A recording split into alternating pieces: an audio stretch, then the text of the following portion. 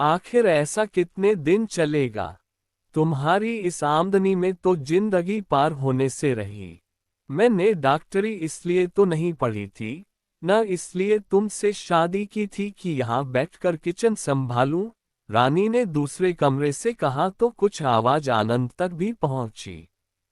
सच तो ये था कि उसने कुछ ही शब्द सुने थे, लेकिन उनका पूरा अर्थ अपने आप ही समझ गया था। आनंद और रानी दोनों ने ही अच्छे व संपन्न माहौल में रहकर पढ़ाई पूरी की थी। परेशानी क्या होती है, दोनों में से किसी को पता ही नहीं था। इसके बावजूद आनंद व्यवहारिक आदमी था। वह जानता था कि व्यक्ति की जिंदगी में सभी तरह के दिन आते हैं। दूसरी ओर रानी किसी भी तरह ये दिन बिताने को तैयार नहीं थी। वह बात बात में बिगड़ती, आनंद को ताने देती और जोर देती कि वह विदेश चले। यहाँ कुछ भी तो नहीं धरा है। आनंद को शायद ये दिन कभी न देखने पड़ते, पर जब उसने रानी से शादी की तो अचानक उसे अपने माता पिता से अलग होकर घर बसाना पड़ा। दोनों के घर वालों ने इस संबंध में उनकी कोई मदद तो क्या करनी थी, हाँ, दोनों को तुरंत अपने से दूर हो जाने का आदेश अवश्य दे दिया था। फिर आनंद अपने कुछ दोस्तों के साथ रानी को ब्याह लाया था। तब वह रानी नहीं, आयशा थी। शुरू में तो आयशा के ब्याह को हिंदू मुस्लिम रंग देने की कोशिश हुई थी, पर कुछ डराने धमकाने के बाद बात आएगी हो गई। फिर भी उनकी जिंदगी में अकेलापन बैठ चुका था और दोनों हर तरह से खुश रहने की कोशिशों के बावजूद कभी न कभी, कहीं न कहीं निकटवर्तियों का, संपन्नता का और निश्चितता का अभाव महसूस कर रहे थे। आनंद जानता था कि घर का ये दमघोंटू माहौल रानी को अच्छा नहीं लगता। ऊपर से घर गृहस्थी की एक साथ आई परेशानियों ने रानी को और भी चिड़चिड़ा बना दिया था। अभी कुछ माह पहले तक वह तितली सी सहेलियों के बीच इतराया करती थी।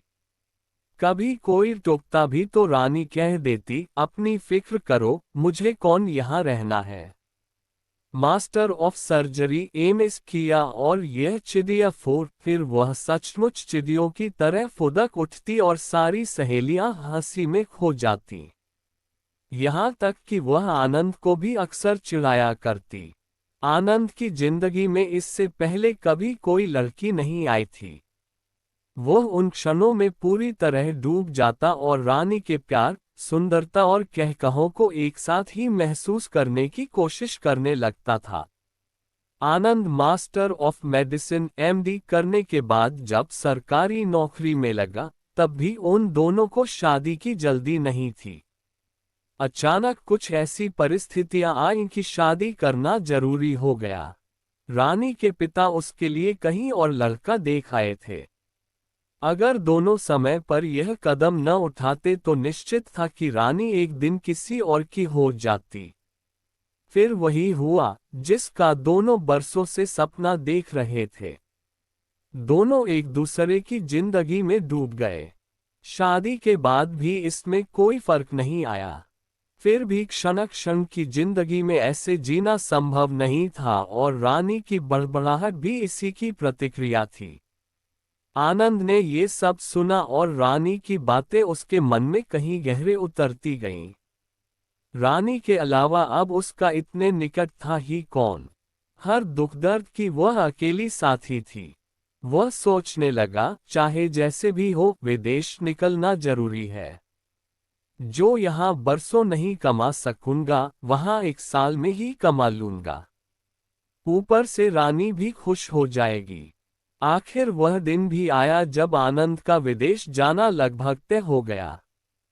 डॉक्टर के रूप में उसकी नियुक्ति इंग्लैंड में हो गई थी और अब उनके निकलने में केवल उतने ही दिन बाकी थे जितने दिन उनकी तैयारी के लिए जरूरी थे। जाने कितने दिन वहां लग जाएं, जाने कब लौटना हो भी या नहीं। तैयारी के छोटे से छोटे काम से लेकर मिलने जुलने वालों को अलविदा कहने तक सभी काम उन्हें इस समय में निपटाने थे। रानी की कड़वाहट अब गायब हो चुकी थी।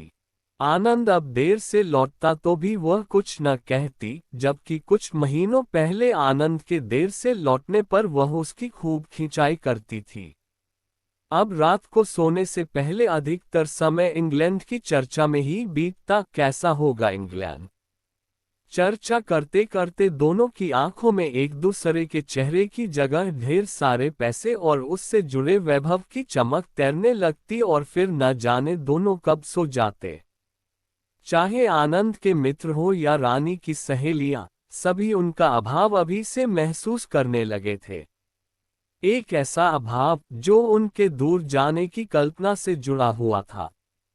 आनंद का तो अजीब हाल था। आनंद को घर के फाटक पर बैठा रहने वाला चौकीदार तक गहरा नजदीकी लगता। नुक्कड़ पर बैठने वाली कुंजरे लाख झगड़ने के बावजूद कल्पना में अक्सर उसे याद दिलाती, लड़ लो, जितना चाहे लड़ लो। अब ये साथ कुछ ही दिनों का है। और फिर वह दिन भी आया जब उन्हें अपना मोहल्ला, अपना शहर, अपना देश छोड़ना था। जैसे जैसे दिल्ली के लिए ट्रेन पकड़ने का समय नजदीक आ रहा था, आनंद की तो जैसे जान ही निकली जा रही थी। किसी तरह से उसने दिल को कड़ा किया और फिर वह अपने मोहल्ले, शहर और देश को एक के बाद एक छोड़ता हुआ उस धरती पर जा पहुंचा जो बरसों से रानी के लिए ही सही, उसके जीने का लक्ष्य बनी हुई थी। लंदन का हीथ्रो हवाई अड्डा, यांत्रिक जिंदगी का दूर से परिचय देता विशाल शहर। जिंदगी कुछ इस कदर तेज कि हर 2 मिनट बाद कोई हवाई जहाज फुर से उड़ जाता। चारों ओर चकमकदमक, उसी के मुकाबले लोगों के उतरे या फिर कृत्रिम मुस्कुराहट भरे चेहरे। जहाज से उतरते ही आनंद को लगा कि उसने बाहर का कुछ पाया जरूर है, पर साथ ही अंदर का कुछ ऐसा अपनापन खो दिया है, जो जीने की पहली शर्त हुआ करती है। रानी उससे बेखबर इंग्लैंड की धरती पर अपने कदमों को तोलती हुई सी लग रही थी और उसकी खुशी का ठिकाना न था। कई बार चाहकर उसने आनंद का भी ध्यान बटाना चाहा, पर फिर उसके चेहरे को देख अकेले ही उस नई जिंदगी को महसूस करने में खो जाती। अब उन्हें इंग्लैंड आए 1 महीने से ऊपर हो रहा था। दिन भर जानवरों की सी भाग दौड़, हर जगह बनावटी संबंध, कोई भी ऐसा नहीं जिससे 2 पल बैठकर वे अपना दुख दर्द बांट सकें। खाने पीने की कोई कमी नहीं थी, पर अपनेपन का काफी अभाव था। यहाँ तक कि वे भारतीय भी 2-1 बार लंच पर बुलाने के अलावा अधिक नहीं मिलते जुलते, जिनके एड्रेस वह अपने साथ लाया था। जब भारतीयों की यह हालत थी, तो अंग्रेजों से क्या अपेक्षा की जा सकती थी? ये भारतीय भी अंग्रेजों की ही तरह हो रहे थे। सारे व्यवहार में वे उन्हीं की नकल करते। ऐसे में आनंद अपने शहर की उन गलियों की कल्पना करता जहां कहकहों के बीच भाइयों का अस्तित्व खत्म हो जाया करता था। वे लंबी चौड़ी बहसें अब उसे काल्पनिक सी लगती।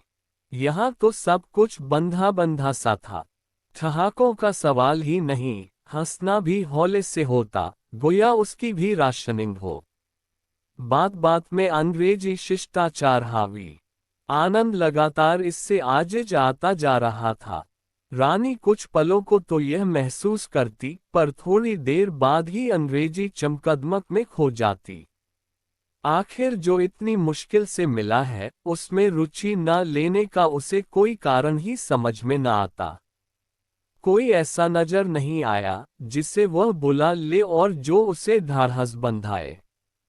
अचानक इस सूनेपन में उसे लखनऊ में फाटक पर बैठने वाले रघु चौकीदार की याद आई, जो कई बार ऐसे मौकों पर डॉक्टर को बुला लाता था। उसे ताज्जुब हुआ कि उससे उसकी याद क्यों आए। उसे कुंजरे की याद भी आई, जो अक्सर आनंद के न होने पर घर में सब्जी पहुंचा जाती थी। उसे उन पड़ोसियों की भी याद आई जो ऐसे अवसरों पर चारपाई घेरे बैठे रहते थे और इस तरह उदास हो उठते थे जैसे उनका ही अपना सगा संबंधी हो। आज पहली बार रानी को उनकी कमी अखरी। पहली बार उसे लगा कि वह यहाँ हजारों आदमियों के होने के बावजूद किसी जंगल में पहुंच गई है, जहां कोई भी उन्हें पूछने वाला नहीं है। आनंद अभी तक नहीं लौटा था। उसे रोना आ गया। तभी बाहर कार का हॉर्न बजा। रानी ने नजर उठाकर देखा, आनंद ही था। वह लगभग दौड़ सी पड़ी, बिना कुछ कहे आनंद से जा चिपई और फाफक पड़ी। तभी उसने सुबकते हुए कहा, कितने अकेले हैं हम लोग यहाँ, मर भी जाए तो कोई पूछने वाला नहीं। बंटी की तबीयत ठीक नहीं है और एक एक पल मुझे काटने को दौड़ रहा था। आनंद ने धीरे से बिना कुछ कहे उससे अलग किया और अंदर के कमरे की ओर बढ़ा, जहां बंटी आंखें बंद किए लेटा था। उसने उसके माथे पर हाथ रखा, वह तप रहा था। उसने कुछ दवाएं बंटी को पिलाईं। बंटी थोड़ा आराम पाकर सो गया। थका हुआ आनंद एक सोफे पर लुढ़क गया। दूसरी ओर आराम कुर्सी पर रानी निढाल पड़ी थी। आनंद ने देखा, उसकी आंखों में एक गलती का एहसास था, गोया वह कह रही हो, यहाँ सब कुछ तो है पर लखनऊ जैसा, अपने देश जैसा अपनापन नहीं है। चाहे वस्तुएं हो या आदमी, यहाँ केवल ऊपरी चमक है। कार, टेलीविजन और बंगले की चमक मुझे नहीं चाहिए। तभी रानी थके कदमों से उठी। एक बार फिर बंटी को देखा। उसका बुखार कुछ कम हो गया था। आनंद वैसे ही आंखें बंद किए हजारों मील पीछे छूट गए अपने लोगों की याद में खोया हुआ था। रानी निकट आए और चुपचाप उसके कंधों पर अपना सिर टिका दिया, जैसे अपनी गलती स्वीकार रही हो।